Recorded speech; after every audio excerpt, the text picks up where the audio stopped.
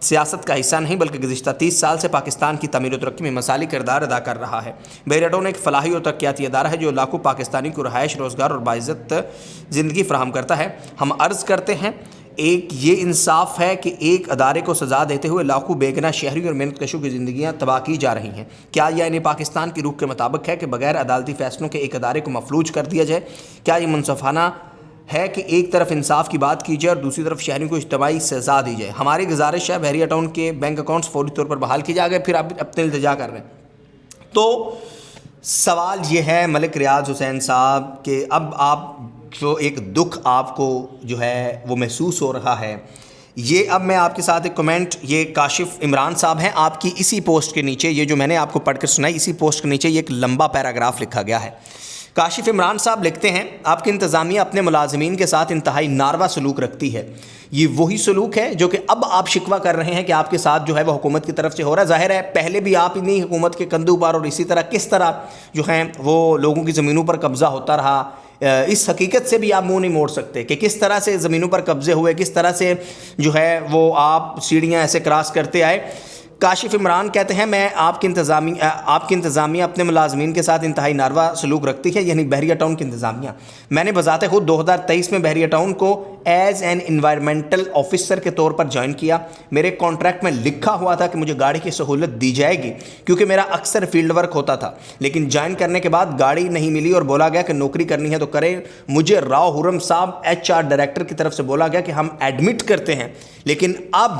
علی صاحب نے گاڑی کسی اور کو دے دی ہے۔ یعنی آپ نے جب ایک شخص کو as an environmental officer hire کیا، آپ نے کہا گاڑی دیں گے، لیکن بعد میں کہا گیا کہ وہ گاڑی اب کسی اور کو دے دی ہے۔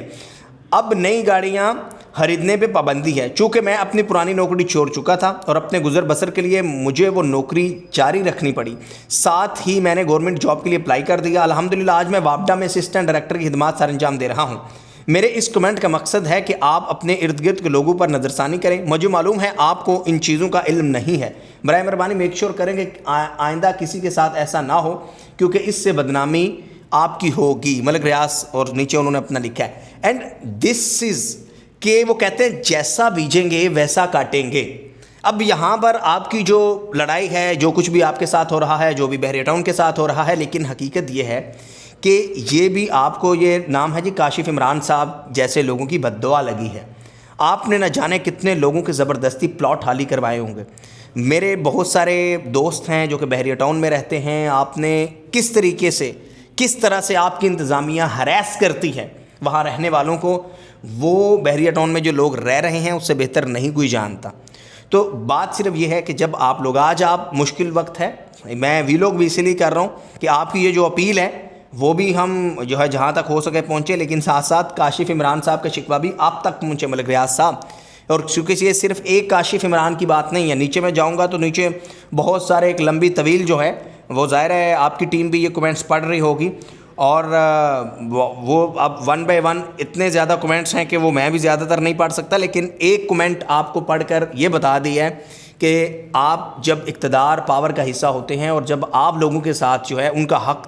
تلف کرتے ہیں، تو پھر وہ ایک تو نیچر کا بھی قانون ہے، اگر آپ کو یقین ہے اس کے اوپر تو پھر نیچر کا بھی ایک قانون ہے۔ تو اب ظاہر ہے اب آپ سے کوئی زیادہ طاقتور ہوگا تو وہی لڑ سکتا ہے، وہی مقابلہ کر سکتا ہے۔ تو عوام کا جو حق کے اوپر ہے وہ تو پہلے بھی ڈاکہ ڈالا گیا، وہ آج بھی ڈاکہ ڈالا جا رہا ہے، اور آپ کے لیے ظاہر ہے اب جو وہاں پر اینڈ یوزرز ہیں ان کے لیے آسانی پیدا ہونی چاہیے۔ اب تو انہی کے زیادہ پیسہ رہ گیا، لیکن آپ بھی بڑے آرام سے یہاں سے پیسہ نکال کے UAE شفٹ کر دیا۔ تو آپ کی لڑائی جس کے ساتھ ہے وہ جانے، آپ جانیں، لیکن سوال یہ ہے کہ اگر آپ کسی کا حق تلف کرتے ہیں اور اگر آپ بند کمروں میں بیٹھ کر صرف اپنے مفاد کے لیے ڈیلے کر سکتے ہیں، تو پھر وقت آتا ہے کہ پھر آپ کو بھی اپنا میسیج پہنچانے کے لیے اسی سوشل میڈیا کا، اسی فیس بک، ٹویٹر، اسی انٹرنیٹ کا، اسی سوشل میڈیا پلیٹ فارم کا سہارا لینا پڑتا ہے۔ تو یہاں پر جو ہے وہ ایک امید کی کرن پاکستانیوں کے لیے بھی ہے، عام نوجوانوں کے لیے بھی یہ ہے کہ آپ جتنے بھی طاقتور کیوں نہ ہو جائیں، آج کے آپ جتنے بھی طاقتور کیوں نہ ہو جائیں، وقت جو ہے وہ بدلتا ہے، اور جیسے آغاز میں نے کہا کہ کل کا فقیر آج بادشاہ ہو سکتا ہے اور آج کا بادشاہ کل کا فقیر ہو سکتا ہے۔ تو ہمیشہ لمبا وہی چلے گا جو انسانی طریقے سے انسانیت کے ساتھ ہمدردی بھائی چارے کے ساتھ چلے گا، جو عوام کی پراسپیرٹی کی بات کرے گا، جو اپنے مفاد کی بجائے عوام کے مفاد کو ترجیح دے گا۔ تو یہ تھی جی ملک ریاض صاحب کی پوسٹ، اور ملک ریاض صاحب کی ابھی جی پوسٹ آئی، اور اب اس پوسٹ کو لے کر ظاہر ہے وہ آپ سب لوگ جانتے ہیں کہ بحریہ ٹاؤن اور ملک ریاض اور پاکستانی گورنمنٹ کے درمیان ایک بڑی کافی عرصے سے 190 ملین پاؤنڈ کیس کو بھی لے کر جو ہے وہ یہ سب کچھ چلتا رہا۔ تو اس کا ہم نے اسی لیے جو ہے وہ یہ تھیم رکھا کہ ملک ریاض ہوں یا کوئی بھی ہو، ظاہر ہے زیادتی تو کسی کے ساتھ نہیں ہونی چاہیے، ملک ریاض کے ساتھ بھی نہیں ہونی چاہیے، اور پھر اس شخص کے ساتھ بھی نہیں ہونی چاہیے کہ جو اپنا زمین نہیں بیچنا چاہتا اور اس کی زمین آپ زبردستی فلاں گنڈے یا فلاں کسی بھی، اب میں نام نہیں کسی کا لیتا، کہ جس طرح سے آپ پیٹرن سب لوگ جانتے ہیں، پنڈی، لاہور، کراچی میں کس طرح سے زمینیں حالی کروائی گئی، کس طرح سے پریشرائز کروایا گیا۔ یہی جو آج آپ کے اوپر پریشر، جو آج آپ شکوہ کر رہے ہیں کہ ہمارے اکاؤنٹس بند ہیں، منجمد ہیں، یہ سب کچھ ہوتا رہا۔ دس از ریالٹی۔ لوگوں کو فائل ہاتھ میں تھی لیکن پلاٹ نہیں تھا مل رہا۔ تو اگر یہ کریں گے تو پھر ایسا تو ہوگا، اللہ کی لاٹھی بے آواز ہے اور وہ نہیں دیکھتی کہ آگے کون کیا ہے۔ تو خیر جیسے وہ میں نے ایک صارف کا آپ کو پڑھ کر دکھایا، تو یہ اپڈیٹ تھی جی ملک ریاض حسین بحریہ ٹاؤن کے حوالے سے، اور اب ظاہر ہے وہ اپنا میسیج دے رہے ہیں، التجا کر رہے ہیں کہ ادھر دیکھیں، ان عوام میرا چھوڑیں، آپ عوام کی طرف ہی دیکھ لیں۔ تو کیا ہوتا ہے